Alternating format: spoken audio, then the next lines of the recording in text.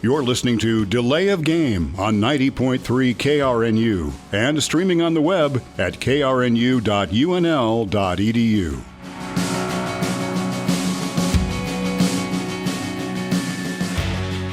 Welcome into the Delay of Game podcast. Facebook.com/Delay of Game. Obviously, that is how you were able to access this podcast by going to that page, add DOGKRNU, hashtag DOG903. We are doing only one thing today, and that is talking with Josh Peterson. Since we are not airing on Friday, got to get the weekly interview in, and so let's get to it. It's time now for the part of the show that should capture everyone's attention. Delay of Game and 90.3 KRNU bring you the most intelligent co-hosts in the state of Nebraska. Josh Peterson from Unsportsmanlike Conduct on 1620 The Zone in Omaha. What for, you ask? To give us his top 5 college football games that he's looking forward to this weekend. Do I have your attention now? If not, here is Josh Peterson's top 5 college football games to watch this weekend.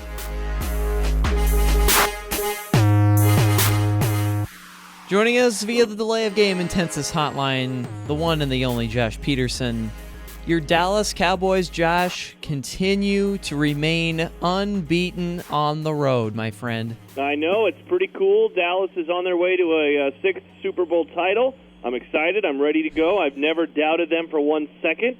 So let's continue the winning ways and have a good time on Thanksgiving against Philadelphia. We are going to actually break down that matchup later on in this segment. Yes, sir. Surprise, surprise, because I know you just love your Cowboys, and this is a matchup that I personally just think is amazing.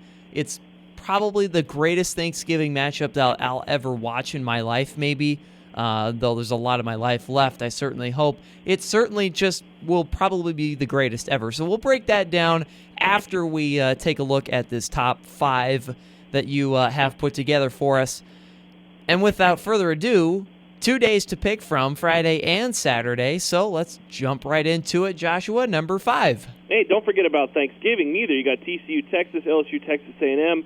None of those games will make my top 5. I'm going to begin with a kind of a surprising matchup, I guess you could say, to start the top 5, because it's a battle between one team that's ranked very high in Ohio State, and another that is not ranked at all in Michigan. But this is my favorite rivalry in college football. I look forward to Michigan and Ohio State every year. It's a great way to start off that final regular season Saturday each season. I know Georgia Tech, Georgia's in that slot, a battle of 2 ranked teams. But Michigan, Ohio State, that will be the game that's on my main TV. That will be the game that I really watch intently in that time. I love the pageantry of it. I love everything it represents. I love the hatred between the two schools. Last year, it had an Ohio State team that was undefeated, hoping to get into the national championship. They hold on. They win by 1 point when a failed 2-point conversion by Michigan is intercepted by Ohio State. I don't think that this game is going to be as close. I actually think that Ohio State's going to run them off the field. Brady Hoke, most likely his final game ever as a head coach of Michigan. But I'm so excited for this game. I can't wait to watch it. I can't wait to see what happens. Michigan, Ohio State, my number 5 game of the week. The spread is 20.5, and I don't think you really need to say much of anything else as far as that game goes. Michigan trying to become bowl eligible, probably not going to happen against Ohio State, but crazier things have happened, though those have also been most astronomical odds regardless. Number 4 on your list. Number 4, we are going to one of the extra days this week, and that's Friday.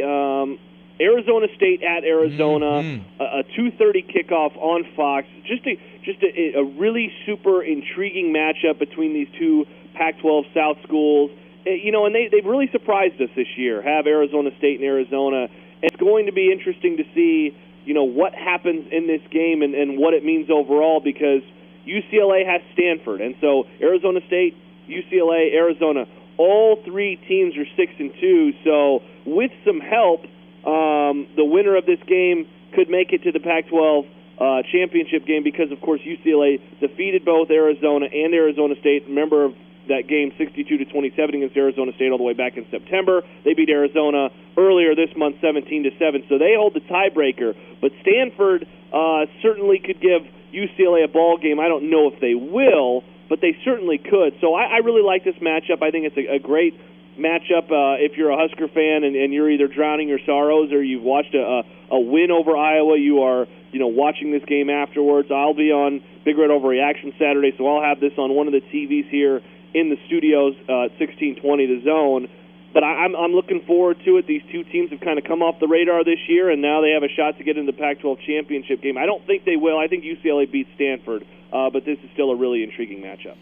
How about the Cardinal possibly finishing below 500 in Pac-12 play? It's insane. It really is crazy how far off they have fallen this year, and I think that goes back to quarterback play for Stanford. They have had very little improvement, if any. Maybe they've even regressed at that quarterback position, and so that's given them a lot of problems, and thus, they are sitting where they are, potentially a 4-5 team in the Pac-12. Yeah, finishing 500 in the season, bowl eligible, but gosh, what a drop-off.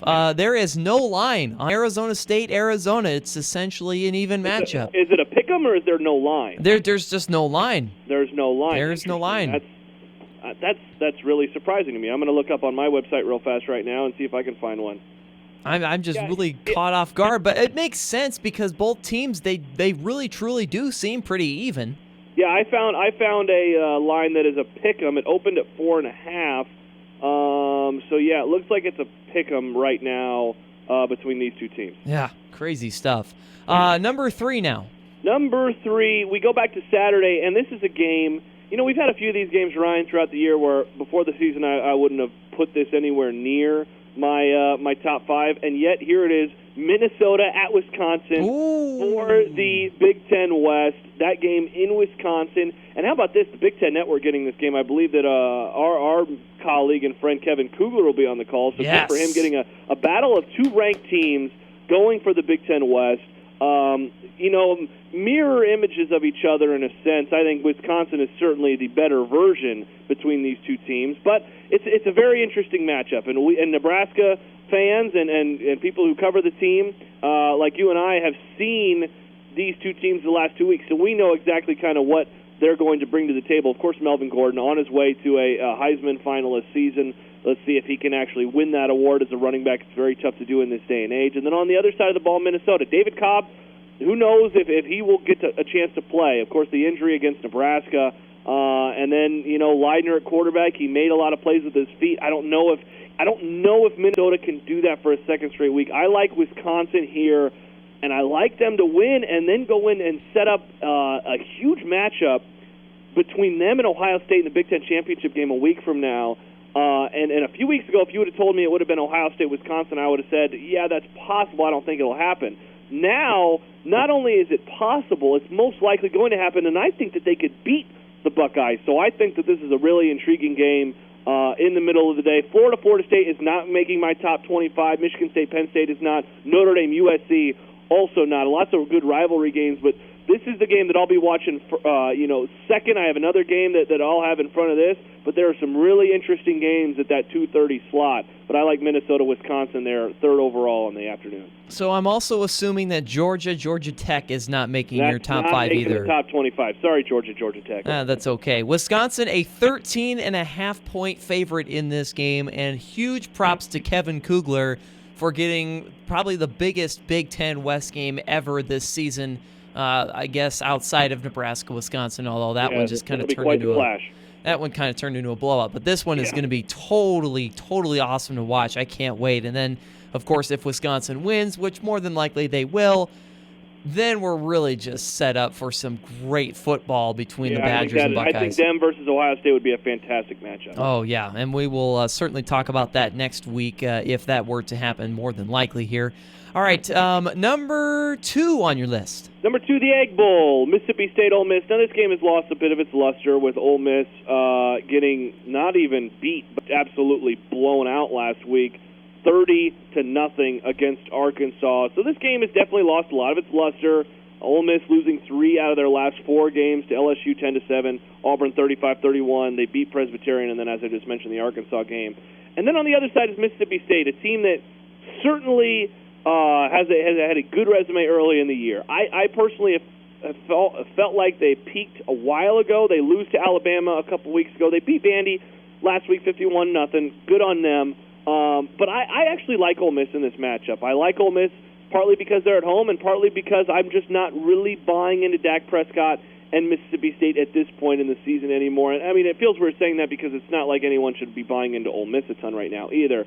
But I like the Rebels here, and I like them to essentially, with the times of these games, this being at 2:30, and my number one game, which we're going to get to being a little later, this if Ole Miss wins, it sets up a really interesting scenario for the SEC and what has to happen in the Iron Bowl, because Mississippi State has 2 losses. Every SEC West team, sans Alabama, would have 2 losses.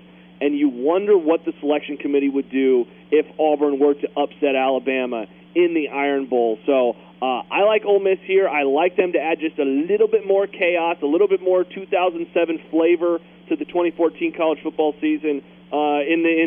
It's not.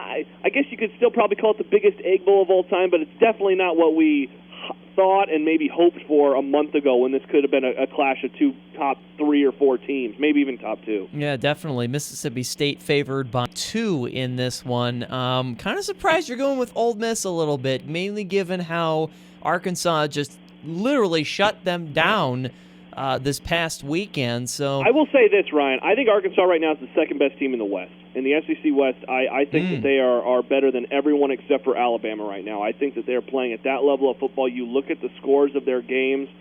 They have Missouri on Friday. That game kicks off at 1:30. But here are their scores in SEC play. They lost in overtime, 35-28 to A&M. They certainly should have won that ball game. They lose by 1 to Alabama. They missed a couple field goals. They missed an extra point. They lose by 7, 45-32 against Georgia. They lose by 7 against Mississippi State. They beat LSU. They beat Ole Miss by a combined 47-0. I think Arkansas right now is the second-best team in the West. So I don't think that loss by Ole Miss is as bad as I think a lot of people do. That's funny. You and Michael just read off the same scores. Michael did it on Monday's show, and now you do it again. And I'm buying into Arkansas's future. Everybody's riding high on this Arkansas bandwagon right now and moving forward. And big props to what Brett Bielema is doing down there for the Razorbacks. Just fun to watch. And I'll tell you what, now he certainly looks the part as head coach of Arkansas. I don't know if you saw him on Saturday. He just looks like a guy you really don't want to mess with now. No, yeah, and you know, he has an identity, and it's so strange. I was talking about this the other day with some friends. In the SEC, you know, it for so long was physical power football. It's become a lot more spread-oriented over the last few years, and so a team like Arkansas, much like Alabama, is almost a change-up to what a lot of these schools see on a week-in, week-out basis, and I think that that's going to cause a lot of problems, especially as they continue to recruit better. Would you say that Brett Bielema is kind of implementing Big Ten football at Arkansas into the SEC, maybe? I'd just say more of a power style with better athletes. So I guess you could call it Big Ten football, but I think it's more of an Alabama style, if anything. Right on. Okay. Speaking of Alabama, I'm assuming that Auburn-Alabama is your number one game. Yep, Iron Bowl. This has been Michigan-Ohio State's my favorite rivalry in college football. This has certainly been the best over the last few years. They've had some insane games. The one last year, the best ending in the history of college football, and honestly, probably the best ending in the history of sports. I still remember watching that game live, having the reaction I did. Such a fun game. I wish this game would live up to that billing. I don't think it will. I've liked Auburn all season long. I really have liked the Tigers, and I don't know, Ryan. I want to pick them, but I just can't in this matchup. I'm going to go with the Tide. They're playing better football right now. But it still wouldn't shock me because I think Gus Malzahn is a fantastic coach. I think he is one of the best play callers in college football. I just like Alabama a little bit more right now. The wins over LSU and Mississippi State in back-to-back weeks. 2 tough opponents, and they were able to knock them off, one of them in Death Valley at LSU. So I like Alabama here, but I'm hoping and praying for just a really good game because I feel like it could get ugly if Alabama gets out to an early lead by 10 to 14 points. Yeah, definitely. They are favored by 9.5 at home for this one, so certainly it could be a close, great matchup, or it could certainly be a blowout, and I'm certainly leaning towards a blowout as the game progresses. Thus concludes the top 5 from Josh Peterson on Sportsmanlike Conduct on 1620 The Zone in Omaha, 2-6 there. And Josh, of course, we know you left Nebraska and Iowa off the list. Not surprised. And let's just jump into this one. This is they have an over-under on this one. It's 56. Yeah, it's a bit high. Yeah, no spread, though, for Nebraska, Iowa. Obviously, both teams unranked now. I mean, what?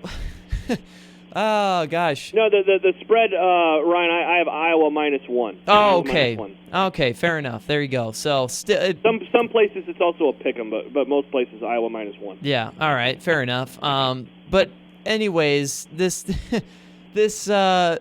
I don't know really what to ask you now because this is because just... I've been proven right? Well, you have been proven right, yes. Yeah, I have been. I mean, you've had me on your show now for what? I feel like this is the third football season that I've been brought on to talk some college football, mainly Nebraska, with you. And I haven't changed my tune at all in that span. I've maintained that I don't think Bo Pelini is the guy for Nebraska. I don't think he can win a conference championship. I don't think he can win a national championship. And the results last Saturday, I think, continue to prove that even more. And now here's this matchup with Iowa, and you wonder what's going to come of it. The question that we've been asking this week, we had Steve Sipple on Monday on the program, and we were talking about, should this game matter in the sense of what needs to change? And so that's the question we've been asking. But I asked Sip and said, of not should it matter, but will it matter? Do you think Sean Eichhorst will take this game into account? And he thinks that he will. He thinks that this game is still important for Bo Pelini's job status at Nebraska. Personally, I don't think it should matter. I think that the results are in. I think we know what's going on with Bo Pelini. I think we know what his program is at Nebraska. I don't think Friday should matter. That said, I think it's going to. I think it's going to play into the part of not only Eichhorst, but the bigwig boosters as well, which I think right now it's some of those people at the Board of Regents who I think even have more power than Eichhorst. And I think Tom Osborne's opinion, always valid and always important in matters like this to the brass at Nebraska. So I'm fascinated to see what happens.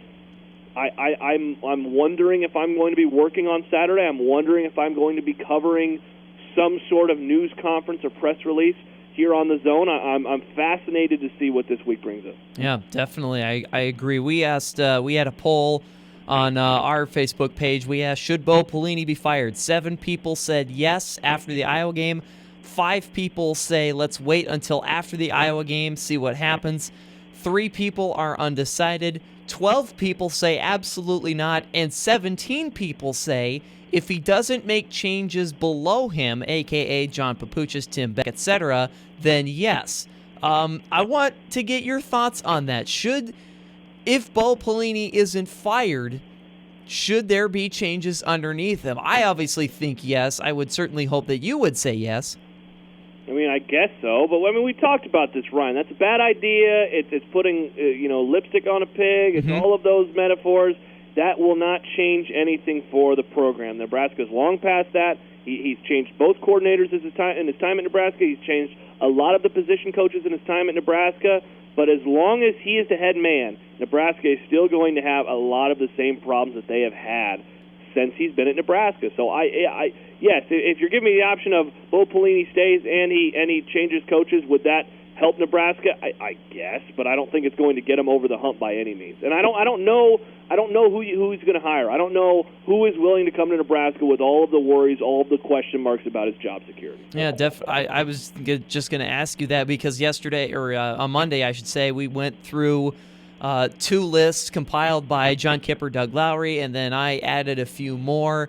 And we basically went through and said, okay, are these coaches realistically going to come to Nebraska? Could they come to Nebraska if Bo gets fired? And not a lot of options really come to the table other than David Cutcliffe and McElwain at Colorado State.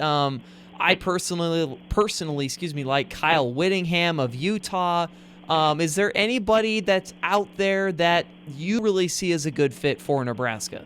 I like some of the names that you just mentioned. I think McElwain at Colorado State is a really intriguing hire. Of course, the Nick Saban tree, and he's done a really good job with Colorado State. They're sitting at 10-1 right now before their final regular season game this weekend. But what's a bummer with him, if you're a Nebraska fan and you're wanting him, his buyout is reportedly around $10 million.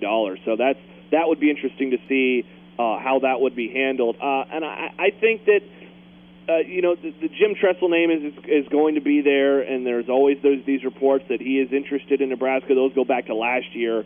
Who knows if that's true or not?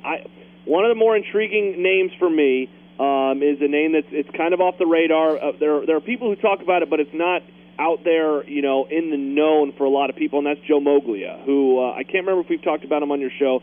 Currently the head coach of Coastal Carolina. He's the former CEO of TD Ameritrade. He's rich up the wazoo. He has plenty of money. He came to Nebraska, and he became a unpaid voluntary assistant / mentor for Nebraska in 2009 and 2010. He then became the head coach of the Omaha Nighthawks for one season, and now he's been at Coastal Carolina since 2012. His records in order: 8-5, 12-3, and this year 11-1. He's made the playoffs every time. Last year he made the quarterfinals, and like I said, this year sitting at 11-1, and they actually just lost their first game of the season to Turner Gill's Liberty squad. So I think Joe Moglia is a fascinating hire for a variety of reasons. I think college football now more than ever is about being CEO, and I don't know if there's a better person to be a CEO of a program than someone who's actually been a CEO of a Fortune 500 company. So I think Joe Moglia would be interesting, especially if he could bring in some really high-quality assistants. So the names are there. I don't think if you're Nebraska you should go after, if you do fire Bo Pelini, I don't think you go after assistant coaches this time. I don't think you go after Scott Frost or Pat Narduzzi or Chad Morris or any of the assistants that are kind of on the up and up. I think you go after someone who is proven, who has been a head coach, whether that's at a high level or a low level. I really don't care. I think you go after someone though who makes you say, well, this guy has been a head coach. He understands what it takes to be a head coach. And now, there's no such thing as a sure thing. That I think is a given, but I think that you want a little bit more of a sure thing in the sense of hiring someone who has at least done it before. You mentioned Turner Gill. What about him? Any chances he comes to Nebraska either as a head coach or maybe an offensive coordinator if you get a new head coach? I don't think there's any shot. I know that the support as far as boosters go is not there, because it wasn't there in 2007 after Callahan got fired. And he's head coach right now. I don't think he'd come back to a school to be an offensive coordinator. Fair enough. Right on. One more name, Craig Bull. I know we talked about him a lot last year. Everybody was. And then he went and took the Wyoming job from North Dakota State, and now he's there, and he's kind of gone off the radar just a little bit. Would that be a possibility? It's interesting because I just mentioned guys that are proven, and Craig Bull has certainly proven himself at the lower level. Now he's at Wyoming for his first season. I just wonder how much the bad end 2001 and the entirety of the 2002 season are in the minds of the people who are making the call. And I know that that's not fair. That was 12 years ago. The 2002 season was 12 years ago, but I feel like that would play a part in him not getting the job. I really don't think Craig Bull is a realistic possibility. Even considering that it was totally different, athletic director leaving, athletic director coming in, the staff, everything. I just think that his defense and the way they played and everything that kind of surrounded him leaving, I think that is a problem. And I don't know if I don't think the brass now, because it's not just I-Course, it's the boosters and the people who have been with this program for a while. I don't think that they could kind of push that out of their minds. Yeah, very fair. We kind of didn't really break down this Nebraska-Iowa game. Let's kind of get into that really quickly here. Obviously, it's just basically a deflated Iowa team going up against a deflated Nebraska team in Iowa City, though I think somebody said it yesterday that I think it was Ben McLaughlin said nobody would love to see Nebraska just get ripped open and quote-unquote die than Iowa Hawkeye fans. Can Nebraska go in there and at least patch things up and roll out of Kinnick Stadium with a win? I mean, that's the question right now. And Iowa, much like Minnesota, is Wisconsin light in a sense. And you know what you're going to get from them. They're going to be a power football team. And wouldn't it just be, the worst for Husker fans, especially ones that want Bo Pelini gone, if they are to lose this game and Bo Pelini is retained? And that's the second straight year that I think that fans would leave the stadium saying, well, at least Bo Pelini's done. I was at the game last year. That was the mindset of so many fans leaving. The discussions of, okay, who's Nebraska going to get? When is the firing going to take place? And as we know, that didn't happen. So it's interesting that Iowa can once again give the team the death knell, and would they have an opportunity to give Bo Pelini that death knell as well? I think Iowa's a very tough football team. I said it last week. I picked Nebraska to beat Minnesota, but I was going to pick Iowa. I'm sticking with my prediction of Iowa winning this football game. Nebraska has teetered for the last few years, on this little area of just going the floor falling out, or them, rebounding and getting some wins. They've been able to get some of those wins. Last week, though, was like the first time, I've talked about this with Nick Baugh, the Minnesota game was the first time that, Nebraska didn't get some of those breaks that they usually get. The play at the end of the game with Jordan Westerkamp drops the ball. I mean, any other time he makes that catch, and then add insult to injury, he literally gets injured. And then you take into account what happens with Peterson on the final offensive play of the game for Nebraska. I mean, Nebraska's gotten the breaks, and the breaks are now going away. I like Iowa to win this game, and I think Iowa fans leave this matchup with Nebraska once again, rubbing it in their faces and making fun of them. So let's move on to some lighter stuff. Essentially, one more thing here. Josh Peterson from Unsportsmanlike Conduct joining us. Dallas, Philadelphia, 8-3. The Eagles, 2-3 on the road. The Cowboys are 3-3 at home. Both teams, if you flip them, they are undefeated at home and undefeated on the road. Philadelphia and Dallas, respectively. Taking aside, if you can, your enormous bias for the Dallas Cowboys, this matchup, what comes from this matchup? I thought you said we were going to talk about lighter things. So much for that. I guess we're talking Dallas Cowboys. To me, that was lighter. Well, it's not lighter to me. I'm going to be super depressed and in a bad mood. I feel like all Thanksgiving morning as I prepare for this game. This matchup every year so interesting. It's one of the old, throw the records out, blah blah blah. I personally, I'm frightened of this matchup, but I'm frightened every time every time Dallas plays an NFC East team. I do not like just that day. It leaves an uncomfortable pit in my stomach. That said, I kind of like Dallas here just because it's at home. They don't have to do the travel. I know they just played a night game on Sunday, and so the night game and then an early afternoon game, but they get a home game, whereas Philadelphia has to travel on the short week. Dallas is used to this. They play the Thanksgiving game every year, and I think they're playing some good football right now. I still don't trust Mark Sanchez. Maybe that statement will most likely come back to bite me next week, but I just do not trust Mark Sanchez right now. I think Dallas can run the football in Philadelphia. So I think Dallas gets the victory. I think they finally get over the 8-win plateau. They move to 9-3, and they grab a hold of the driver's seat in the NFC East, which, I mean, before the season, if you would have told me that on Thanksgiving they would be 9-3 and they'd be in first place in the NFC East, I would have laughed at you, but alas, that's the possibility a few days from now. The Cowboys favored by 3. That's home field advantage, and I honestly, seriously, strongly think that the Cowboys are going to be able to win this game, mainly because home field advantage might play a huge factor, not just in favor of the Cowboys, but more in the sense of going against the Eagles, because you have to imagine, Josh, that every single Dallas Cowboys fan is going to skip their Thanksgiving and go watch this game because it's just absolutely enormous right now. I hope so. I mean, Dallas is, the game I went to against Washington, there were quite a few Redskins fans in attendance, and we all remember what happened in the first game against the 49ers. So I'm not as confident as you are in this being an all-Dallas crowd. I think there will be quite a few Eagles fans in attendance. Certainly see. Josh Peterson from Unsportsmanlike Conduct joining us here for the Delay of Game podcast. I don't know, do you really want to deal with the stress and hecticness of of an Iowa victory over Nebraska on Friday, with your show and Big Red overreaction, or you just? I mean, it certainly gives us a lot of calls and a lot to talk about. Yeah. I mean, no matter what happens, and no matter what decision Eichhorst and Nebraska UNL make, the next week is going to be interesting, and it's going to be. I think it's going to be great radio, and I think we're going to have a lot to talk about. I look forward to what comes out of it. It shows like I did Saturday's show after the game.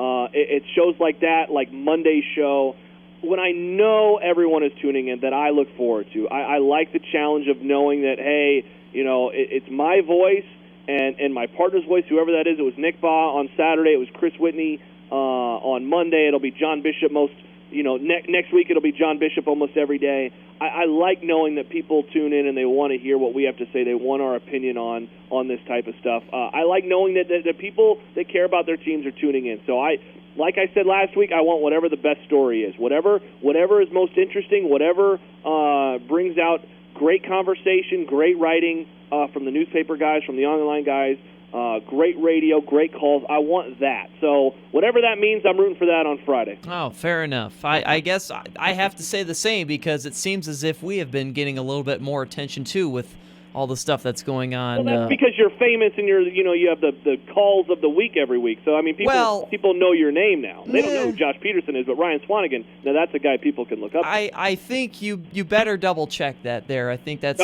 one of those reverse psychology methods that you tried to implement there, and it didn't work.